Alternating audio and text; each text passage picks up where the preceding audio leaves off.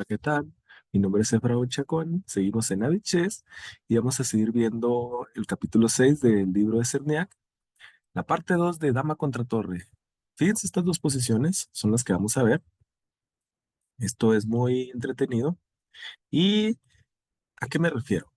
Bueno, cuando nosotros estamos en el Dama contra Torre, nosotros tenemos posiciones donde la torre, a medida que nosotros logramos que se aleje de este rey, tenemos la posibilidad de ganarla, o en su defecto, a medida que arrinconamos al rey y juntamos de cierta manera, por ejemplo, que en esta situación debemos de buscar que el rey y la dama vayan arrinconando al rey negro para quitarle casillas a la torre y que se vaya lejos y a la par, a veces con amenazas de mate. Fíjense, en esta posición, claramente, a veces, bueno, no claramente, pero también otra parte es que si nosotros jugamos la dama así a posiciones o bueno, aquí hay un jaque, pero lo interesante es que a posiciones centrales, si nosotros jugamos la dama a posiciones centrales, donde tengamos acceso a jaques y siempre y cuando nosotros también con el rey le seamos el turno y apoyemos, fíjense, aquí vamos a ver, rey B8.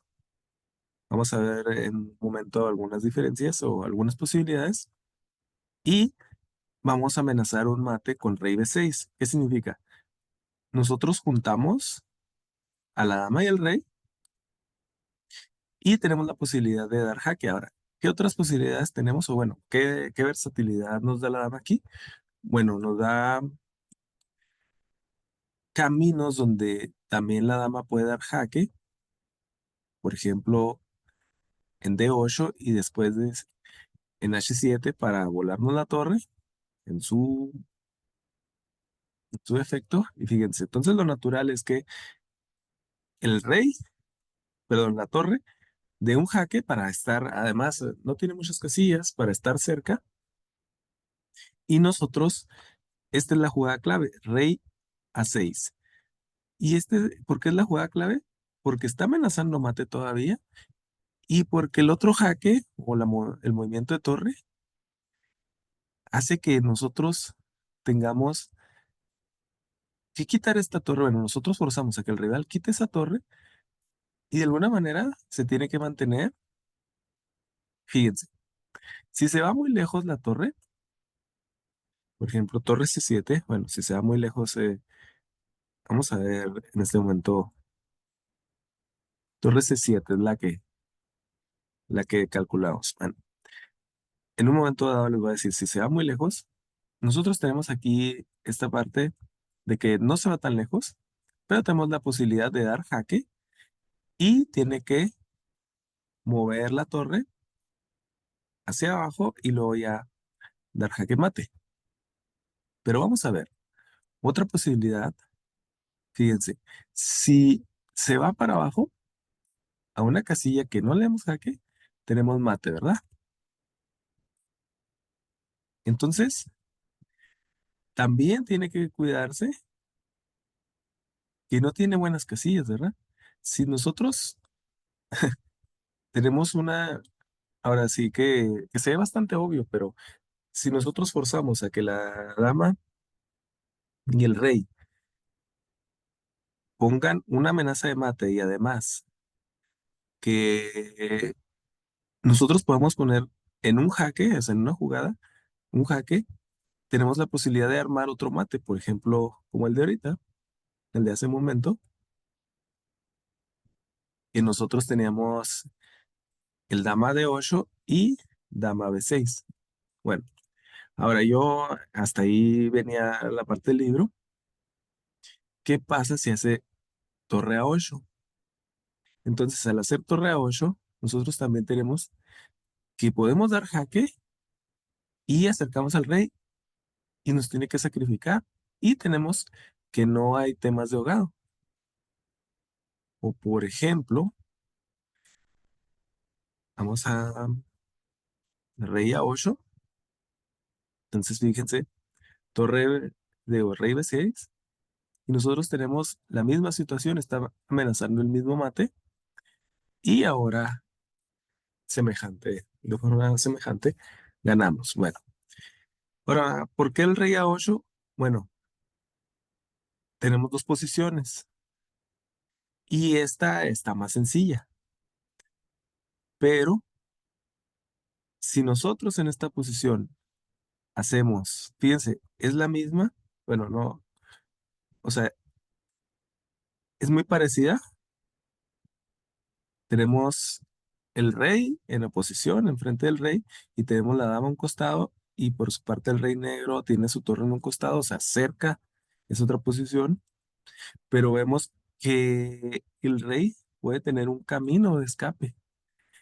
Es por eso que si en su momento hacemos el mismo dama h4, ahora sí tiene el camino de escape. En cambio, cuando estaba en b7 no tenía el camino de escape. Entonces, para que no se escape, primero hace dama h5 jaque y después dama h4, con con la misma idea, teniendo una casilla en común cerca del rey. Y bueno, aquí hay jugadas, vamos a ver, rey f7, que es la principal. Fíjense, tenemos que la dama va a hacer jaques en la parte central. Y bueno, se sigue moviendo el rey y estas son las jugadas más difíciles. Que la dama sigue de forma centralizada, sigue cuidando una casilla y el rey en el momento que se vaya a F7, nosotros nos vamos a ir por E6. ¿Por qué? Porque necesitamos que esté en contacto el rey, que le quite casillas, que la torre, o sea, si nos da jaque nos vamos a ir, pero que estén en oposición para que, o sea, para que el rey se tenga que ir para atrás y en algún momento dado tengamos jugadas. Ahora, bueno, aquí va a depender mucho de nuestra intuición, o sea, el camino es amenazar, bueno, dar jaques, mandar al rey a la esquina, que el rey y la dama le quiten casillas a la torre para que se vaya lejos, y entre amenazas de jaque y bueno, y entre amenazas de ganar la torre con un jaque y amenazas de jaque mate, nosotros ganar la partida. Fíjense, esta jugada, aquí la verdad es que es un poco difícil de visualizar, pero aquí ya tenemos caminos, ¿verdad? Ahora, estamos tratando de que no quede y, y también de estar cortando el rey. Entonces, ¿cuál es, o sea, cuál es la sensación que nosotros, una vez que tenemos acorralado al rey, tenemos que buscar jugadas donde la torre no se pueda, ahora sí que no tenga casillas? Entonces, aquí ya lo obligamos, en un momento dado vamos a buscar otras posibilidades. Tenemos un dama de 5 jaque, entonces ya lo estamos forzando. Y fíjense, aquí esta es o sea, primero el dama h5 y el dama c5 ahora. Esta jugada es interesante porque le quita estos jaques y porque se está situando en la posibilidad de dar jaques, o sea, cerca de esta diagonal. Eso es lo difícil. Tenemos que elegir una jugada donde nos mantenga el rey y aparte se acerque a la diagonal para dar jaques. Ya sea, y nosotros tenemos la diagonal continua para volarle la torre. Entonces, jaque, jaque. Y fíjense, aquí esta jugada, la verdad es que se me hace. Yo seguiría dando jaques para ver si le doy, si le vuelo la torre. Siento que se podría, pero bueno. Ok, rey F7. Aquí ya tenemos otra jugada y fíjense cómo sucede.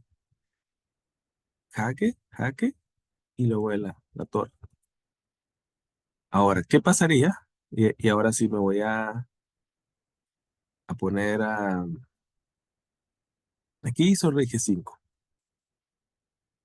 Vamos a auxiliarnos del módulo. Fíjense, ¿qué pasaría si hace torre A7, rey F6, torre A6 jaque y rey F5? Y esto era lo que quería que visualizaran. Eso es muy difícil de ver dentro de esta situación. Cuando hace rey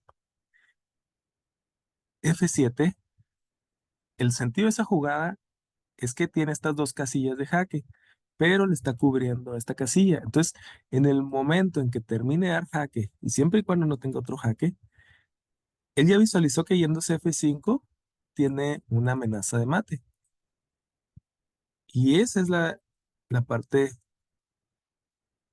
digamos, atractiva de que aquí, fíjense, ya visualizó. Primeramente, si se va a otro lado, ya tenemos una, o sea, no puede mover la torre a algo que no sea un jaque, no hay posiciones de ahogado.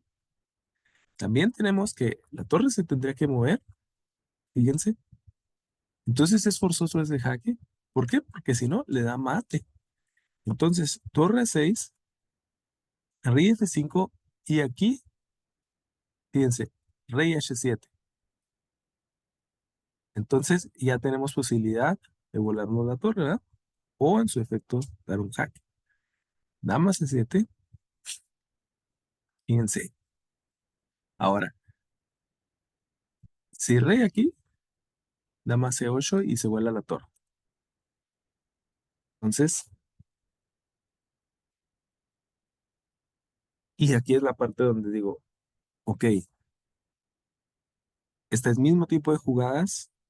Ahora sí, bueno, sí nos módulos, la verdad, un poco porque visualizamos que tenemos que juntar la dama y en el momento en que nos den jaque, por ejemplo, ahí, dama C8, si torre A5, tenemos la misma situación y de hecho tenemos dos amenazas de mate. Entonces, ya tiene que regalar la torre porque ya dos jugadas está difícil. Si se fijan, ¿qué pasaría si rey H7? Dama C7 y la abuela, ¿no? ¿Qué pasaría si rey H5, dama H3? O sea, esos dos jaques. Entonces, bueno, tenemos esta situación y seguimos avanzando, dama contra torre.